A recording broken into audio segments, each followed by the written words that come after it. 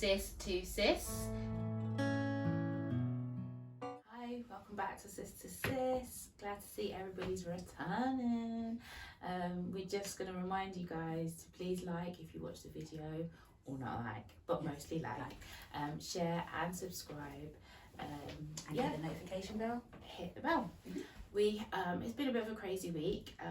Everybody's kind of returning back to school and work, etc. So we decided to make a video called Life After Lockdown. There's just lots of different opinions basically. So we've put some opinion polls out there. We've asked people personally, we've put polls out on our Instagram and on our Facebooks, and we've just going to talk about the kind of general feeling that's out there, because I mean it goes from one extreme to the other, and there's some people that just kind of have to get on with it. So we kind of had a small celebration recently as well, and decided that, you know what, there's all this kind of hysteria going out, but everyone's going to have to go out there anyway in the world, so let's kind of celebrate the end to what seems to be a stressful time for everyone.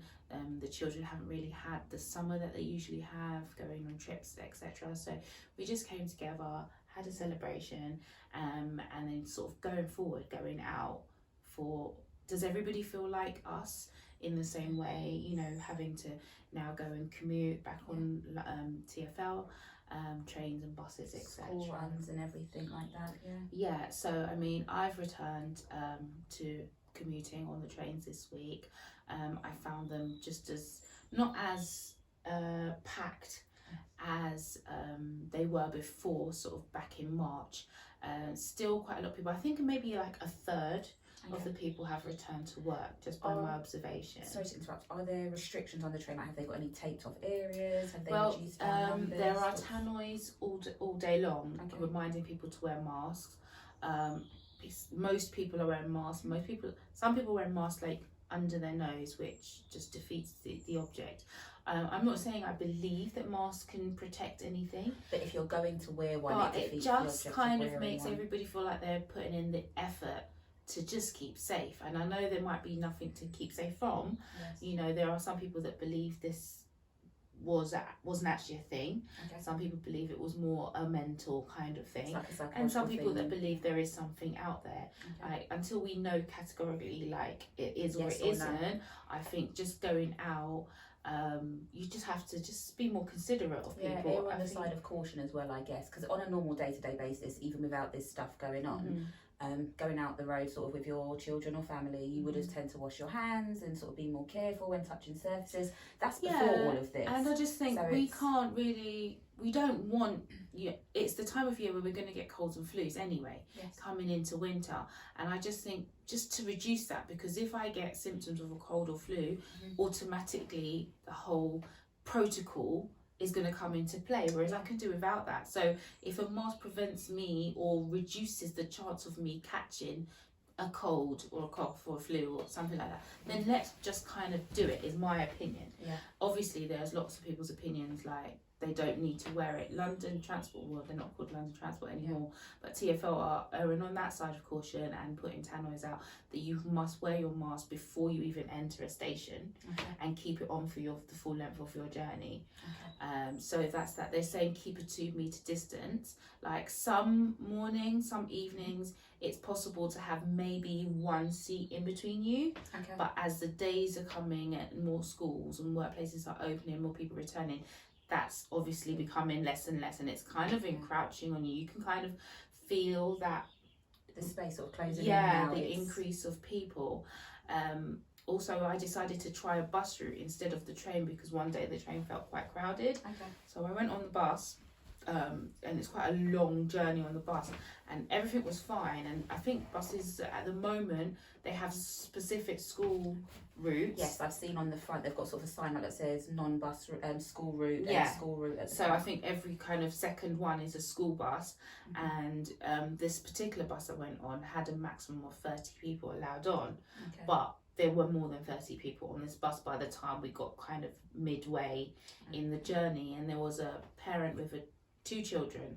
One she was escorting to school for the first day, and the other one actually became sick on the bus where I was sitting, and physically threw up. Like, in the buggy but kind you of could sense area. the air of fear. Well, and she panic was just amongst people. apologising to everyone. She was like, Okay. "I'm really sorry, everyone. I know everyone's feeling really heightened," but my like inside, I was trying to be really like, and inside, I was like, I just need to move away from this. Yeah. I can't get off the bus because I need to get to work, and I just went upstairs in the bus and just made sure I took precautions, you know, not to touch things that they may have touched. Like, I don't think that child was suffering from any of the symptoms. It could have been viral or bacterial or anything. Could have been nerves, you know, like returning to school, maybe she's travel sick, but it's just how everything is. You're just more aware of how people are just conducting like personal hygiene and ill coughs and colds and things like that. And also on that same journey, there was a little girl. She was crying because her mum kept putting her mask back on her, and she really didn't want it. And I don't think children actually have to wear masks. It's children 12 or under 12 don't have but to then wear I masks. think her mum probably wanted to protect her by wearing a mask, but she was obviously getting quite distressed, and she was saying, "Oh, mum, you're making me cough," and it was really, really not nice. So I think things going out like that, I think it's really emotionally draining. It's not so much everybody's going out and you're physically, you know, having to do heightened. Sort of everyone's kind of emotionally on tenterhooks. Yeah, definitely. So the poll we put out there sort of asked about commuting, and not many people are commuting from the response we got. Yes. On public transport, but about a third are returning to work. Yes. Only very few of those are going to be required to wear PPE. Yes. And most people were not concerned. That the poll came back as a vast majority of concerns out there. No, the vast majority said no, and I think that's more like you can't kind of worry yourself with concerns, because if you're going out, you kind of just have to get on with it. You can't overwhelm yourself with the fear and the panic and bombard yourself with all the information. Yes, you have to stay up to date, so you can make informed decisions. As you said, continuously err on the side of caution. But if you take it all on, you'd sort of, I don't know, almost want to wrap yourself up in cotton wool. Yes, there is social distancing, there's the 2 meters, but you can still see people conversing and talking in the lines and things like this, which actually is a nice thing to see. I think in the beginning, when the shopping rules were a bit reduced, nobody was talking. It's like everybody was scared to make eye contact. It was that sense of fear. I'm not saying that people are not being careful or people aren't still thinking things. I just think, thankfully, there's a little bit of relaxation in there sort is of people's relaxation. Emotions then. The same poll we did actually came out that 100% of you think there is going to be a second wave. Yes. Like everybody is praying and trying to be hopeful that there won't be, but listening to the news and the countries that had this virus before it came to the UK are really kind of just waiting for the news of another lockdown, which is quite sad if that's the way it's going to be, because what I've learned from the first round of this is that people's emotional well-being and mental health has been really, really affected. Now, I meet people who are coming to us, I'd say new clients, then for a better word for what I do, but new clients, we're meeting them, and what happens is I'm spending what used to take 20 minutes, I'm spending an hour talking to people about the things that they've been through within this. There's been lots of relationship breakdowns. So there's been an increase in what we would say is SEM, social, emotional, mental health. Definitely. And I find even my partner who goes out into people's homes for work, we kind of had a conversation about this, and he's noticed the same thing, where he'd go in and do a job that would take half an hour maybe. He's spending a lot of time, people want him to sit down and share a cup of tea, because people have had such a lack of social contact and the opportunity to talk about what they're going through. They've literally been going nuts. They've literally been going out of their minds, and the first opportunity that I saw some people last week for the first time, and the first time they've had to be away from their children or talk about their children and what they've been going through, has been their contact with me. And it's been just like a blah, like they've needed to get it out. And as a team, we spoke about literally, instead of just being that professional person, we've actually become a sort of family council for this point. Almost like a village then, and again. We like to talk about and the you village. can't really cut them off because they actually have that need. So last week for me was quite emotionally draining, as well as physical, not having to set the alarm clock at a certain time for a Yeah. very long, well, for about 6 weeks. That kind of pull on your emotions. People have never been through this, so and not knowing when it's going to end has really, really affected a lot of people out As there. someone who is quite, I wouldn't say emotionally sensitive, but sort of the empaths out there, the intuitive people out there, going back out now would be the time, I guess, to up your meditation, up your prayer, up your sort of healing crystals, your sort of self-care routines in and between and after. Got to look after yourself. Okay. At the moment, I think coming home, being at home, and going back out into the world, you've really got to be mindful. You've really, as Shah said, you've got to do some sort of meditation, some sort of relaxation, because everything is heightened. A normal, as I said, a normal train, bus journey you're constantly on edge. You're constantly thinking about that person, whether that person's wearing a mask, whether that person's coughing. You see someone blow their nose, and you do feel like you're kind of in a movie where you're just 100 different flashing images are coming into your mind. Even you personally, like if you cough or go to sneeze in public, the amount of thoughts that then come rushing through your head, because you know people are thinking you might have something. People are thinking, oh my gosh, did she just cough? And you should just be able to cough. We've gone through hay fever season. We're coming into cold season. But the idea that we have now instilled in us that we don't even want to cough or sneeze in public. I know, you literally, and the more you're suppressing it, is the more it happens. Oh, most definitely. And then you get a fit of it, which literally sounds like a dry cough. Do you know what I mean? So everybody's heightened, and like even it was a friend of mine's birthday celebration, and just after work we decided to go for a drink, and the pubs are opening back up. So without appointments and things, even for a table, a small number of you can go out for a drink. But then when we entered the premises, they wanted our information for track and trace. Off air, I kind of got around that kind of thing, but literally they are kind of pushing for that. I understand why that's happening, but you've really got to think, if you're going to step back out, these are the kind of things that now have been put in place. So it's a case of, you want to go back out, but do you want to go through the procedures that are in place if you do decide to eat out? Like, I do miss just saying, do you want to go for a drink? Because now that implies so many other things. Going for a drink, But getting your temperature checked before you can go Exactly, it implies that. And I saw the machines there, they didn't actually use it on us or offer to use it on us. But as the premises became busier, being a Friday night, they started to use the temperature gauge on a few people who attended after us. So I'm glad we went early and got out and just decided to stay for one drink. But it is just the everyday things have changed so much, so it's going to take its toll on us, I think. Going forward, if this is going to be a long-term thing, at the moment I'm working in bubbles as well. We've got like sets of 3 bubbles.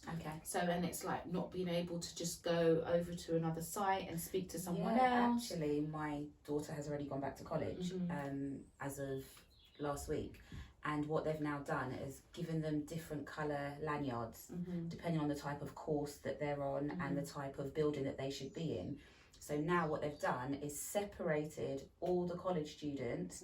You're not allowed to be in that building or that part of college if your lanyard is a certain colour, which I'm kind of into minds or sort of thoughts on that, because yes, there's safety. Yes, as you said, bubbles to reduce sort of contact, contamination or cross-contamination, all of that sort of stuff. But I just think there's a lot of distance and divide going on. And I think socialising and human nature and those things are very important, and they thrive off of these things. So I'm very sceptical about what's happening. But like yourself, I can see why certain things are sort of happening. You don't want to be, me personally, I don't want to be so sceptical that I don't believe anything. But at the same time, I question everything. So it's a really difficult time, I think, if you're trying to keep an open mind about things, you're doing your own research, but then when you go out, the protocols, the new laws that have been put in place, the new laws that are being put in place every day, feeling like your own opinion, your own body doesn't actually belong to you. Yes. You know, things that I'm sort of hearing that happens at schools if they suspect COVID cases and things like that, the type of protocols that are in place there. And I know a lot of parents are really, really worried about, you know, having their children kind of quarantined within the times that they're at school, and if testing can be done with or without parents' permission. I think the lack of consistency in information that has come out from the beginning, but more so with the schools and the education system and children having to go back out now and the travelling there, free travel, safety rules on the transport, all of these things, I think because there's not been a consistency, it has led to heightened confusion. Confusion equals fear. I think if there was a clarity in the information that was coming out, people would be less fearful about making these decisions. I think people had a lot of time to consider their children going back out to school. I think the vast majority in the beginning were on the side of my children aren't going back. The children have been off for 6 months. I think as parents you can see the effects of that. I wouldn't necessarily say the decline, but definitely the effects on their all of that, their mental health and everything. I think seeing some of the pictures of the children going back out to school on social media has been an absolute treat. I think their faces, their smiles, them with friends, just the glow on the children, which we know they've been missing. They need that. They've missed their friends, they've missed their teachers, they've missed their learning environment. On the same way, I think most of you who took part in the poll have said that you don't believe school should be compulsory, because there are a lot of families and children who are very anxious, a lot of families who live with someone who is vulnerable within their household.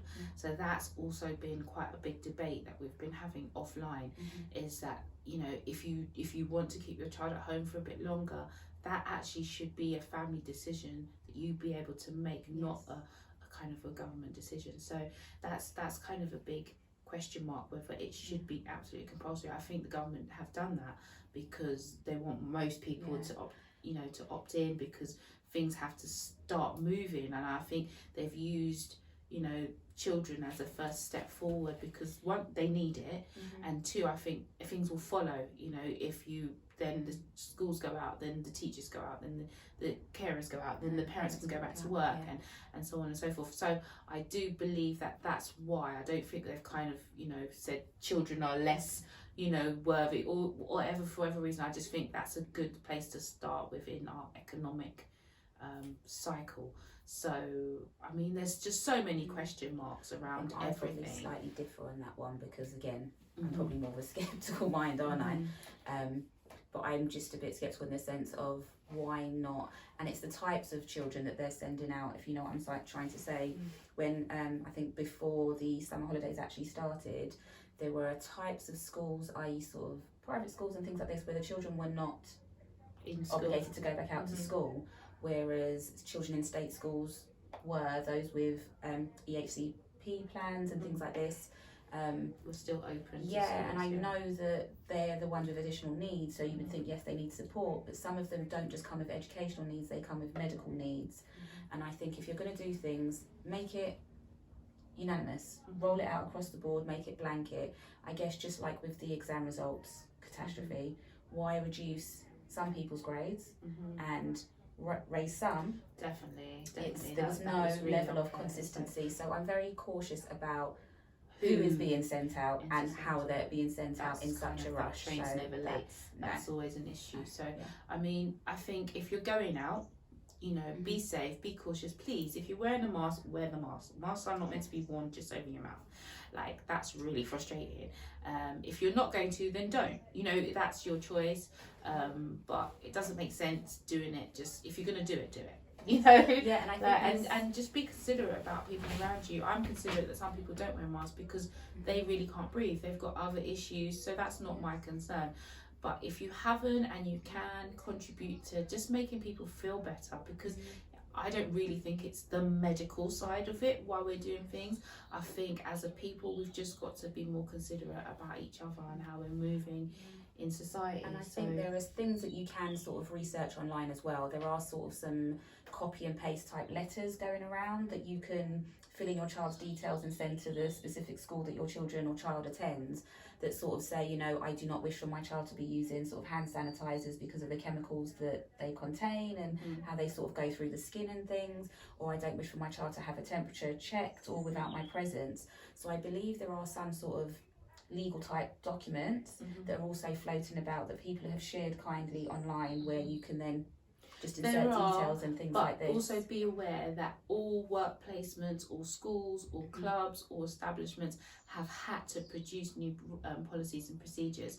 You are entitled to see those. You should really get them issued.